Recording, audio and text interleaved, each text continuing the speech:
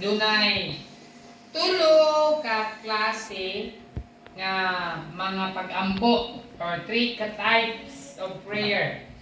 And then dinhi sa Biblia gitanaw nako ang word nga pray. Ang word nga pray nag-appear sa Biblia 510 times. 510 gibalik-balik ang pulong nga pray. 510 times ang word nga pray. Sa Old Testament, gibalik ni 345 times. Sa New Testament, 165 times ang word nga pray. And then ang word nga prayer, gisgutan sa Biblia 128 times. 75 times sa Old Testament o 53 times sa New Testament. So, ubay-ubay gyud, kadaghan gyud gisgutan ang word nga pray o prayer din sa Biblia. Again, ang pray 510 times. Ang word nga prayer 128 times. Gibalik-balik din sa Biblia. So, atong isgutan karon about prayer. 3 types of prayer, 3 kinds of prayer. Nagaampo ta. Now, tanaw nato din sa Biblia unsa gisulti sa pulong sa Ginoo mahitungod aning 3 kinds of prayer. Of course, dili ta kayo ingon nga taas, dili ingon siya nga taas nga mensahe. Short message lamang kini. Nato ta Psalms 102. Psalms 102 verse number 17. Unsa man ning una nga type of prayer? There are 3 kinds of prayer. First, Psalms 102 verse number 17. The Bible says, verse 17, He will regard the prayer of the destitute and not despise their prayer. Ingon sa Biblia, paminawon sa Dios ang pag-ampo sa destitute ug dili niya tamayon ang ilang pag-ampo. Na una nga butang about the 3 kinds of prayer. Number 1, prayer of the destitute. Unsa ning word nga destitute? Ang synonyms or ang meaning niya is lacking possessions and resources. Mo na siya ang word nga destitute. Buti pasabot, wala siya'y kakayahan. Wa siya'y mahimo. Mo na siya ang word nga destitute. Ang iyahang synonyms means poor. It could even be beggar. Mo na siya ang destitute. Broke. Walang-wala na gyud. Needy. Pobre kayo. Helpless. Kabalo ba mo sa Biblia nga ang pag-ampo di ay sa tao nga destitute, sa tao nga pobre, sa tao nga makililimos, sa tao nga kanang walang-wala. Paminahon sa Dios. Amen? The prayer of the destitute, the Bible says in verse 17, and not despise their prayer. Dili day tamayon sa Ginoo ang pag-ampo sa tao nga helpless. Muna kung helpless na ta, it's time nga muduol ta sa Ginoo pinaagi sa pag-ampo. Amen? Kaya nagsaad ang Dios, paminaw niya ang pag-ampo sa kabus. Wow, nindot kayo, no? Pag-ampo sa tao nga wala na'y kakayahan. Kanang walang-wala na gid siya, wa na siya laing masangpit, wa na laing nga mutabang niya, wa na gyud siya. Kabus kayo siya, makililimos na siya ingon sa pulong sa Dios, paminahon sa Ginoo ang iyang pag-ampo. Labi na sa mga kabataan, kung mag-ampo lang sa Ginoo, mga bata, kabalo ba mo mga bata, mas maminaw ang Ginoo sa pag-ampo sa bata kaysa pag-ampo sa daggo. Right? Labi na ang kasing-kasing sa bata, insakto. Muna nga, ayaw ninyo mga bata, ayaw din mong kalimot sa inyong balay, mag-ampo yun mo. Mangayo mo sa Ginoo, maghangyo mo sa Ginoo, kung sa inyong pangayoon, di ko sa pulong sa Ginoo. Paminahon sa Ginoo ang pag-ampo sa tao nga needy, tao nga helpless, tao nga poor, tao nga broke. Have you been broke? Kaagi na ba mo na nga wala na, may kwarta, wala na budget, wala na gyud. Ingon sa pulong sa Dios, this is Psalms 102 verse 17, He will regard the prayer of the destitute. Kaya ko when I was in my pila akong edad, siguro mga 10, 11 years old, mahutdan ni og bugas. Kinahanglan ko muuli sa mua, gikan ko sa simbahan, sa nabunturan mo ato ko mawa about 9 kilometers. Usahay ako kwarta, ako na ng baklayon. Kaya ako apason ako si tatay, kaya na ni bugas. Usahay, kapuyan ko baklay, mag-hope ko nga makasakay ko og sakyanan nga di ko makaplite. So mang-hitch ko. Night time nga di ko maka-hitch. Kunya akong mapara, pasahiruan. Pero wako'y kwarta. Kabalo ka mo, many times yun, mulingkod ko sa jeep. Kunya akong pag-ampog Ginoo, wagyud ko'y kwarta, wagyud ko'y kaplite, unta, dili ko makitaan sa konduktor. How many times yun na, nahitabo sa kuha, na wako'y kaplite. Unta, dili lang ko singlon sa konduktor. O, daghang panahon na yung tabog din na wa ako gisingil sa konduktor. Magnaog nga ako, wa ako nagisingil, wa ako plite. Kaya nag-ampo lagi ko sa Ginoo, Ginoo, magyud ko'y kwarta, maulawan yung ko nagkaroon ng sindon ko sa konduktor. Katong jeep sa una nga karaan, mo tayo akong sakyan. Hindi, mag-pray lang yung ko, Lord, wag yung ko ikaplite. Unta, di lang ko singlon sa konduktor, wag yung ko gisingil ko sa konduktor. Ingon sa Biblia, paminahon sa Ginoo ang prayer sa destitute. Kung wala na gyud kay kwarta, kunya mag-ampo lang gyud ka sa Ginoo, ingon sa Biblia, iyahang paminahon ang imuhang pag-ampo. Kung wala kay trabaho, wala na gyud, wala na kay kakayahan, Lord, wala na gyud, wala ko'y kwarta, wala ko'y budget, wala akong anak, wala ko'y kahatag. Ingon sa Biblia, paminahon niya ang prayer sa destitute. Okay, man-ana na to ha. Ano na yung time nga helpless na ta. Just come to God in prayer. Nagsaad siya, He will hear the prayer of the destitute. Amen. Another thing, in Proverbs chapter 15 verse 8. Una, prayer of the destitute.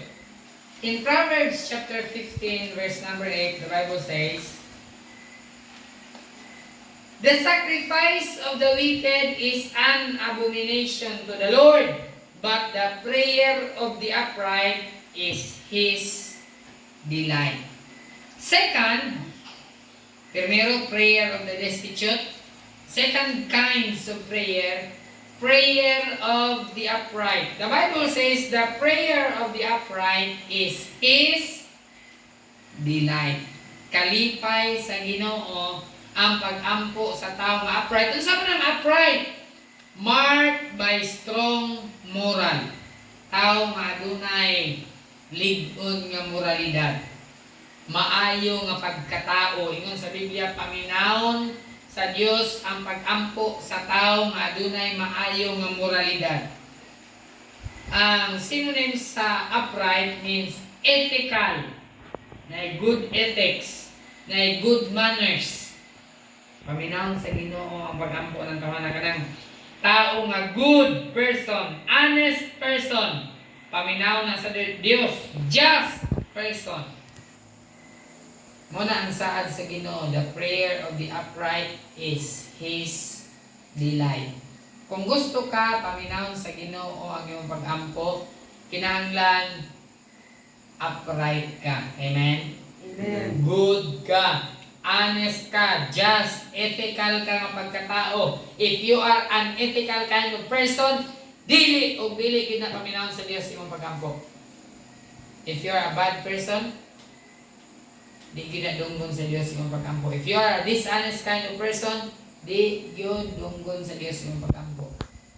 Pero kung just ka, honest ka, good, ethical, good moral, the Bible says, the prayer of the upright is His delight. Malipay din ang Ginoo kung mag-ampo ang tao nga upright, tao nga honest. Mo na, nga dili gyud ta dapat mag-dishonest sa Ginoo. Amen?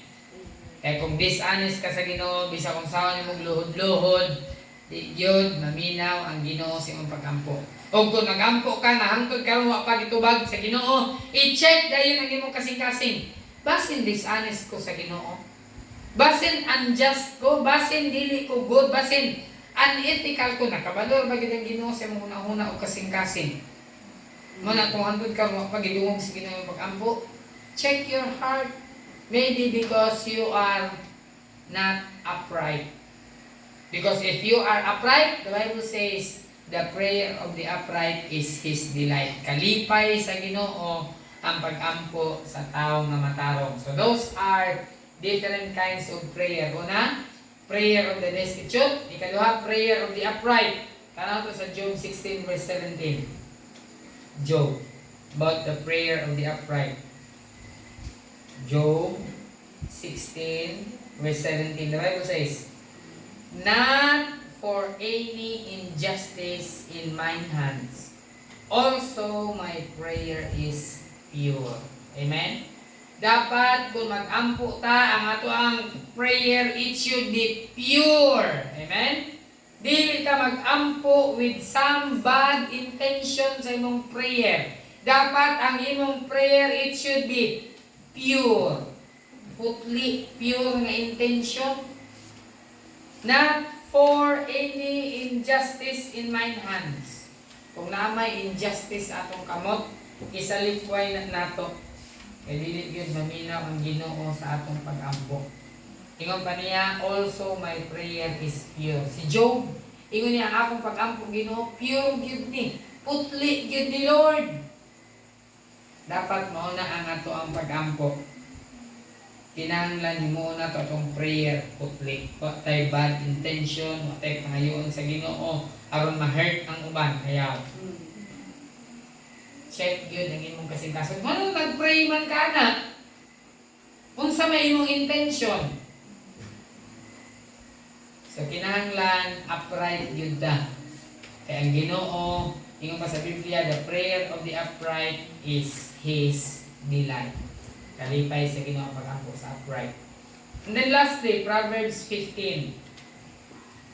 Katulong ang klase sa pag-ampo. Prayer of the destitute, prayer of the upright. Proverbs 15 verse number 29. The Bible says, the Lord is far from the wicked. Ingon sa Biblia, ang Ginoo layo gikan sa mga dautan. But He heareth the prayer of the righteous. Ikatulong ang klase sa pag-ampo. Prayer of the righteous. Pag-ampo sa matarong. Ingon sa Biblia, layo ang Dios sa dautan. Layo ang Dios sa tao nga naghimog dautan. Apan, iyang ginapaminaw ang pag-ampo sa matarong. Amen? Kung gusto ka, paminaw sa Ginoo pag-ampo, kinahanglan matarong ka at tubangan sa Dios. Kaya kung di ka matarong, dili gyud maminaw ang Dios sa imong pag-ampo. So dapat righteous. 1 Peter 3:12. 1 Peter chapter 3 verse number 12. The Bible says, for the eyes of the Lord are over the righteous. Amen? Ang mata sa Ginoo, nasa nagtanaw sa matarong, and His ears are open unto their prayers. Abli ang idulungog sa Ginoo sa taong matarong. Kung mag-ampo ang taong matarong, ang dalunggan sa Ginoo sa open. But the face of the Lord is against them that do evil. Against. Batok tayo ang Ginoo sa tao nga naghimo og dautan. Timanan gyud nato, the eyes of the Lord are over the righteous, and His ears are open unto their prayers. Ang mata sa Ginoo nagtanaw siya sa matarong, ang iyang dalunggan abli. Maminaw siya sa tawo nga matarong. Kung gautan, dili gyud maminaw ang Dios ni ana. And last verse, James 5:16. Confess your faults one to another and pray one for another that ye may be healed. The effectual fervent prayer of a righteous man availeth much. The Bible says, the effectual fervent prayer of a righteous man availeth much. Ang pag-ampo sa tao nga matarong, unsa daw? Dako o kahimuan. Pero ang pag-ampo sa dautan, wa gyud kahimuan. Ang mga imposible, mahimong posible basta mag-ampo ang taong matarong. Amen? So, Kristohanon, that's a good reminder sa matag usa kanato sa atong prayer. Kung nag-ampo ka, sige kag-ampo nga hangtod karon wa pagitubag sa Ginoo imong pag-ampo, it's time to check our hearts. Ginoo, am I destitute? Am I upright? Am I righteous? Kay kung destitute ka, paminaw jud ka sa Ginoo. Kung upright ka, paminaw jud ka sa Ginoo. Kung righteous ka, sure gyud.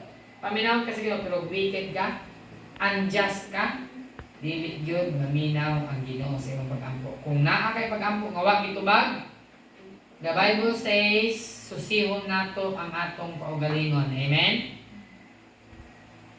Kaya ako, di ko makasusi nimo. Ikaw ra gyud ang makasusi sa imong kaugalingon, Lord.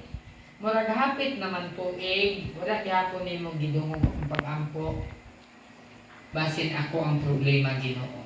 Akong kasing-kasing ang problema, Ginoo. Ang akong hunahuna may problema, Lord. Kaya pag-ampo sa matarong, paminaw sa Dios. May God bless His holy word. Let's pray.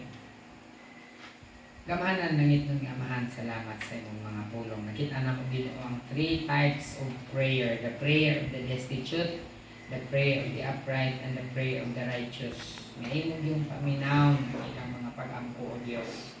Lord, kung ano na may mga pag-ampo namo, ngawain mo na dungog, padayon kami naghangin anak kanimo. O kung dili man kami Ginoo destitute, dili man kami upright, dili man kami righteous, tabangin ni Ginoo. Maamo ni mahimo ni mga butanga tungod kay ang saad ka Ginoo that the prayer of the upright is your delight. Imo hagid ni kalipay Ginoo. Kung ang pag-ampo sa taong matarong o Dios availeth much. Lord, padayon kami nagapakiluoy kanimo sa mga pag-ampo nga panatubag, padayon ang niihangyo anak kanimo nagtuo kami nag-andam ka og tubag niining tanan mo Lord ang pag-ampo. Tugyan ang tinda kanimo sa pangalan ni Jesus. Amen. Okay. So stand, manindog ta, mag-awit ta, closing hymn.